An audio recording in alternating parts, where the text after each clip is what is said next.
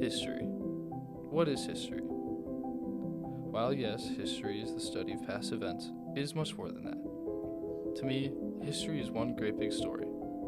This film is to show a small part of my family's. Let's begin. My grandfather, Randall Evans, was in the United States Army during the late 1960s. During this time, the Vietnam War was raging on, but he was lucky enough to be deployed to West Berlin in Germany.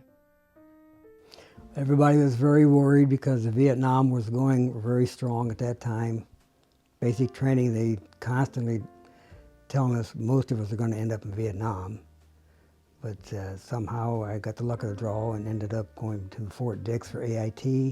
And from Fort Dix, most people went to South Korea or Germany. I ended up in Germany. Well, I was going to be drafted, I knew it.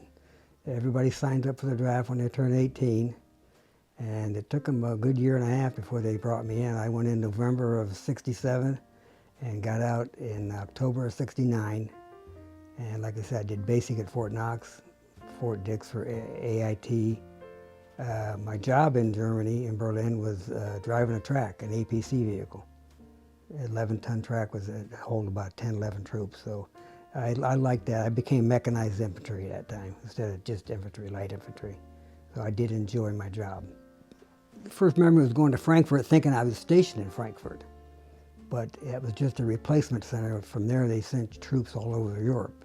And then I got the word that I was going to go to West Berlin. And I was thinking how unique that was, but then you're in a walled-in city and you don't have much liberties to get away. You'd have to take leave to go to other parts of Europe.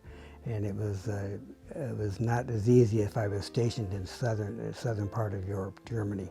So I had a good time in Berlin, but it was you couldn't really get out of there very easy. While stationed in West Berlin, he was able to see Germany after World War II. He was also able to see the infamous Berlin Wall. Oh, that was pretty unique. I saw the Berlin Wall, the guard towers from the east side and the west side. Like I said, I went over to East Germany, went through Checkpoint Charlie by bus and by walking. If you decided you wanted to go to Checkpoint Charlie through to East Berlin, you would get permission. You have to sign in and tell them what time you'd be back. You couldn't ride any buses or taxis or anything, and you could go into the shops and buy something, but you were just there to see how the East looked. Well, we were involved in a lot of parades. We were there for show mostly because it was considered stateside duty in West Berlin, because we just had like a regular job. So we did some parades. We had a parade field nearby our barracks, and anytime congressmen or senators come over, we would have a show of the troops. But other than that, we just would train in a little Grunwald, a big German park nearby, and we'd do 3 days at a time training. And basically, it was just a job. After serving his country overseas, Randall came home and was ready to get back to his civilian life.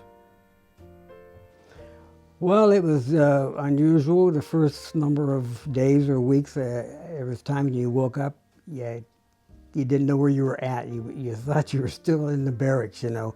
It took a while to get readjusted.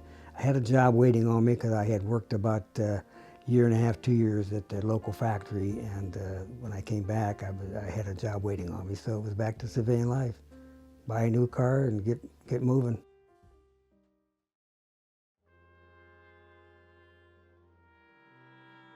My great-grandfather, August Varka, fought in the Second World War. He served as a medic in the Pacific Theater, fighting against the Japanese Imperial Army. Well, I know that he saw some serious action because he was a medic, and he was treating, from hearing from himself and everything, he treated people on the field and trying to save their lives, and he was under some serious gunfire. You know, he's serious conditions for him when he was trying to save people's lives being a medic. Well, he didn't like to talk about it much because it was really gruesome because of the job that he had, which was a medic. I mean, his job was to save lives, and he would be out on the field giving transfusions from his own self. And so it was really hard and difficult for him to talk about that, because talking to him about it, you could just see the flashbacks going through his mind. of what he experienced. He just never liked to share that at all. Even the medals that he got, because he got the Bronze Star and he got the I can't think of the other one he got, but he didn't even never like to tell us how he even got them. I only knew my great-grandfather for 4 years, but I was lucky enough to see one of the most unique stories right before my eyes, when I was shown the gift my grandmother was given. Well, my dad would send my aunt gifts, and this could have been a birthday present, I'm guessing. Maybe he sent this to her for her birthday, and she kept it all those years that I never knew anything about it, and he never mentioned it ever. And then for my birthday, I mean, I hate to say it, but on my 70th birthday, I get this package, and here she had sent it to me because she wanted me to have it, and now she's like in her 90s when I get this, and it was just an amazing experience to receive this necklace made by the natives in New Guinea, and she even had it all written on a little piece of paper, and the bracelets that are there were used as money to buy things and stuff, and here he sent her all that. So it was a treasure to behold when I got that. I mean, I'll treasure it forever.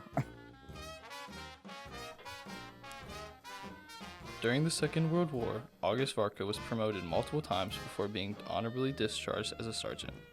August and his older brother Pat both served in the war, and this letter, written by my great-grandfather, tells the story of him returning home in celebration. All of this leaves my family with great stories to honor and tell for generations to come.